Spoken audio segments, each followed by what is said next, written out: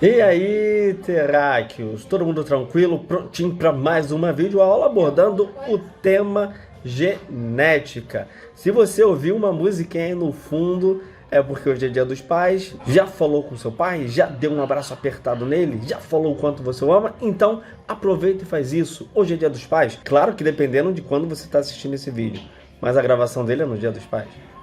Então, se você ouvir uma música no fundo, é o vizinho fazendo aquele churrasco maneiro. Então, simbora para vídeo aula.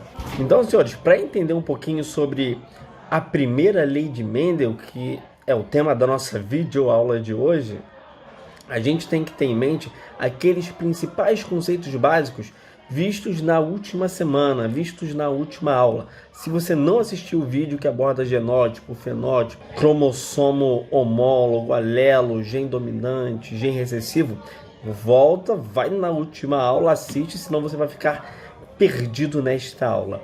Então, simbora.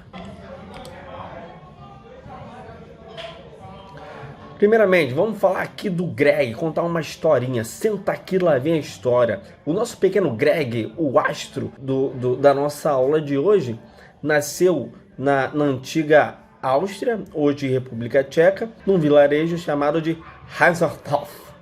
Eu acho que é assim, né? Não sei pronunciar isso bem alemão. E ele vivia na cidade de Brunn, hoje na República Tcheca. Interessante salientar que Mendel era filho de camponeses pobres, ele não conseguia recursos para poder estudar. Então, ele entrou para o monastério, ele foi estudar para ser padre, uma vez que quem entrasse para o monastério continuava os estudos. Diferente de Darwin, que era cartola, que tinha os pais de família rica, Mendel não tinha, então essa era a única forma dele conseguir estar estudando. Anota aí o que Mendel fez. Ele estudou ciências agrárias, polinização artificial, ele lecionou latim, grego, matemática e se formou em física. O cara não era para brincadeira não. Então, Mendel, quando se formou padre, começou a fazer alguns experimentos com ratos, mas a galera não via muito bem cruzamento com rato, então ele decidiu cruzar ervilhas. A primeira lei de Mendel se baseia no que a gente chama de monohibridismo. Isso porque Mendel, quando estudou a primeira vez as ervilhas, ele prestava atenção apenas em uma característica por vez. Ele afirmava também que havia a separação dos fatores. Ele não sabia o que eram genes, até pela falta de tecnologia e porque ele foi o primeiro a estudar isso. Então, o que são genes hoje, ele chamou de fatores. E ele afirmava que nós tínhamos fatores e que na hora de formar os gametas, esses fatores se separariam. E ele também trabalhava com a pureza dos gametas. Isso porque ele trabalhava com o que a gente chamava de puro. Hoje a gente entende isso como homozigoto. Para Mendel não existiam esses termos. Então ele chamava o que é homozigoto de puro. Agora dá uma olhada nesse esquema aqui, ó. Eu tenho, um cara híbrido, um heterozigoto, e você vai ver que os fatores vão segregar, Segregar é separar.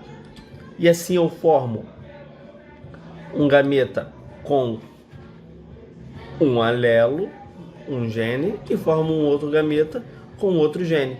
Esses alelos não podem ir juntos para um mesmo gameta. Agora falando mais um pouco da primeira lei.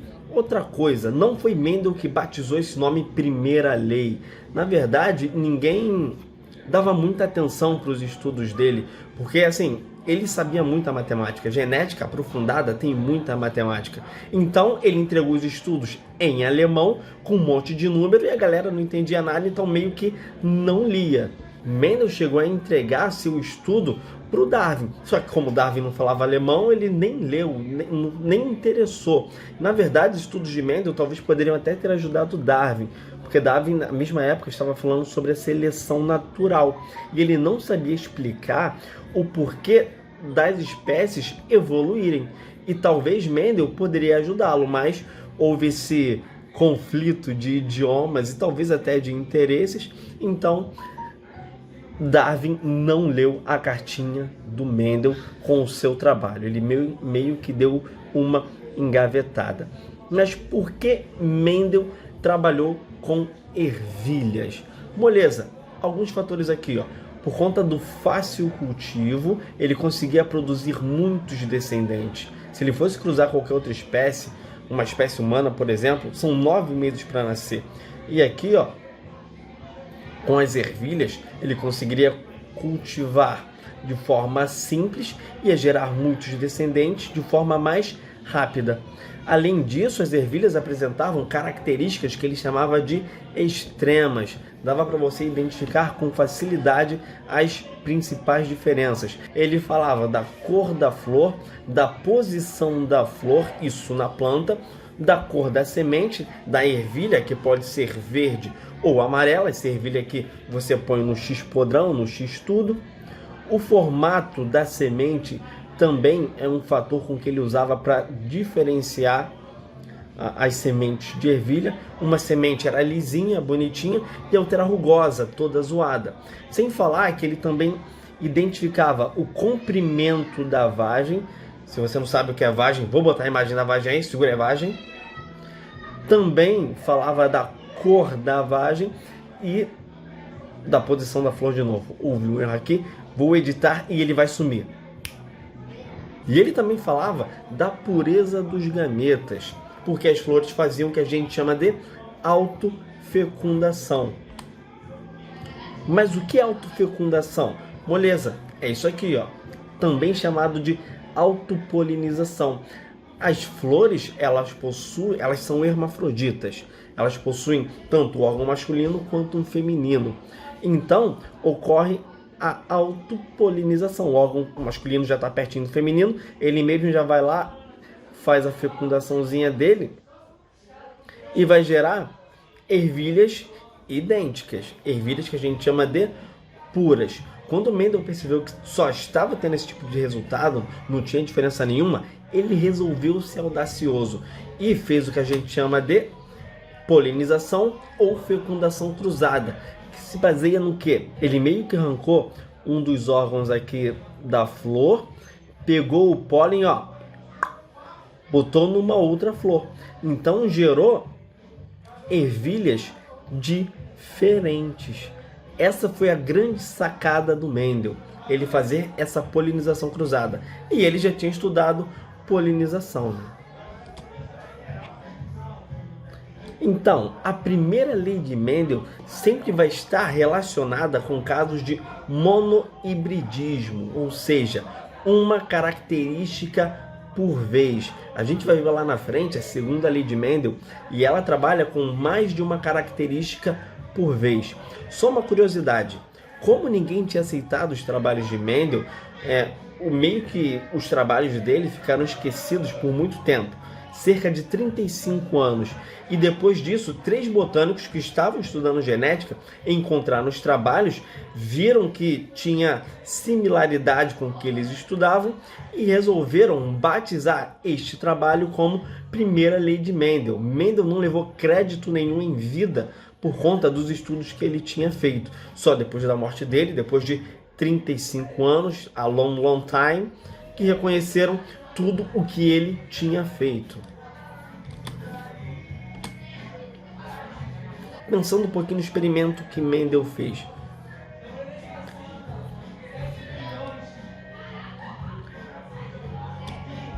Mendel trabalhava com o que a gente chama de gametas puros, um famoso homozigoto que a gente vê aí no dia a dia. E ele falou que existia uma geração que era formada pelos pais, que a gente chama de geração parental.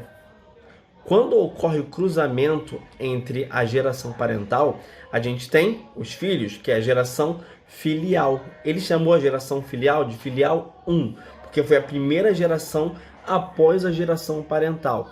Nesse caso, já podem surgir o que a gente chama de híbridos ou heterozigotos.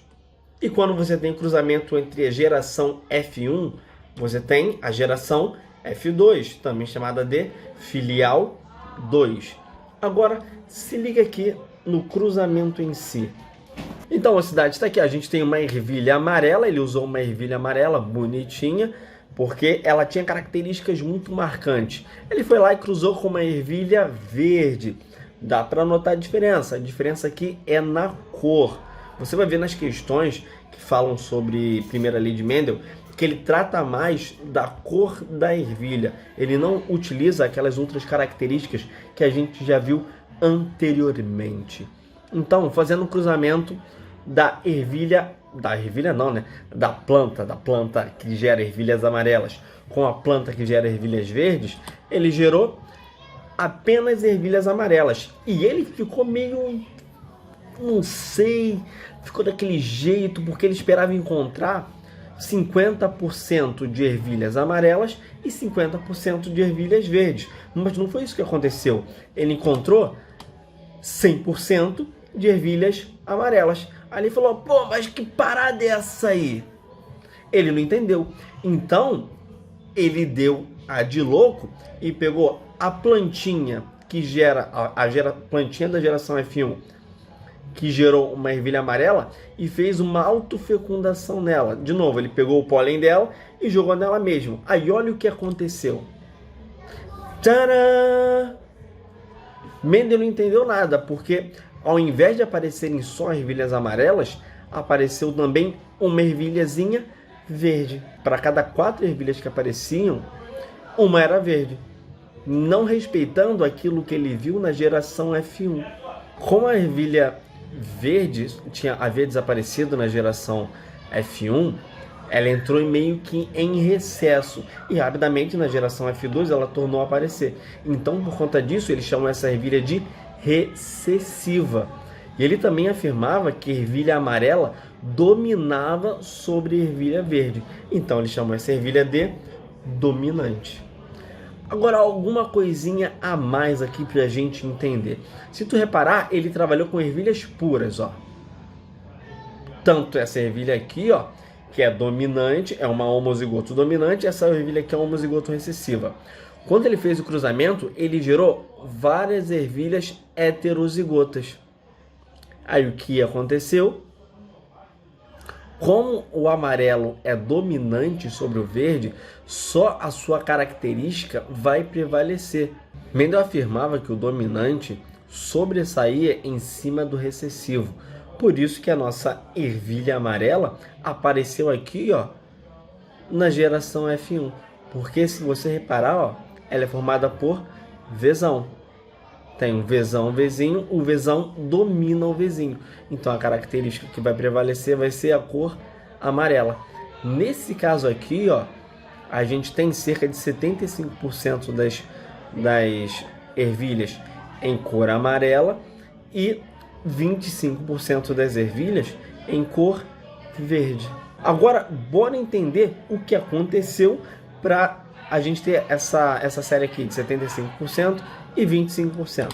Se liga aqui, a gente vai usar o que a gente chama de quadro de Pinet. Foi desenvolvido por um estagiário de um dos botânicos que encontrou os trabalhos de Mendel. Ele meio que tentou simplificar os cruzamentos e desenvolveu e deu o nome dele. Se fosse eu, o descobridor, seria quadro de Júlio, mas não é, então é quadro de Pinet. Como que eu utilizo esse quadro de Pinet? Parece um joguinho da velha, né? Você vai simplesmente colocar os gametas que a gente tinha. A gente tinha, ó, um Vzão Vzinho, porque ele era um híbrido, e ele cruzou um outro Vzão Vzinho, que ocorreu ali na geração F1. Como é que faz o cruzamento? Você vai pegar este V aqui, ó, vai juntar com este V e vai botar o resultado aqui. Eu tenho um Vzão com um Vzão. Juntando eles dois, eu formo uma ervilhazinha amarela com o genótipo Vzão Vzão. Agora eu pego esse gameta e junto com esse gameta, formando um Vzão Vzinho. Ela é amarela porque o Vzão é dominante, a cor amarela é dominante sobre a verde. Agora eu vou pegar este gametinha e juntar com esse gameta, ó, e vai gerar uma ervilha também amarelinha. Mais uma vez, porque ela é heterozigota E o amarelo domina sobre o verde.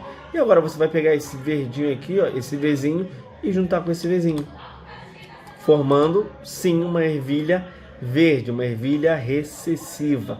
Olha ela aqui, ó, bonitinha, verdinha e recessiva. Aqui eu tenho um Vzão, que vai ser a cor amarela, a cor dominante. Aqui eu tenho um Vzinho, que também vai apresentar a cor amarela, porque o Vzão domina o Vzinho. Aqui a mesma coisa, eu tenho um Vzão e um Vzinho. A ervilha vai ter cor amarela, porque o Vzão domina o Vzinho. E aqui vai ser minha única ervilha Vzinho. Para o verde aparecer, ele tem que estar obrigatoriamente em dose dupla. Para ser gerada ervilha amarela, basta apenas um Vzão, o Vzão é dominante, ou um Vzão em dose dupla, não tem problema.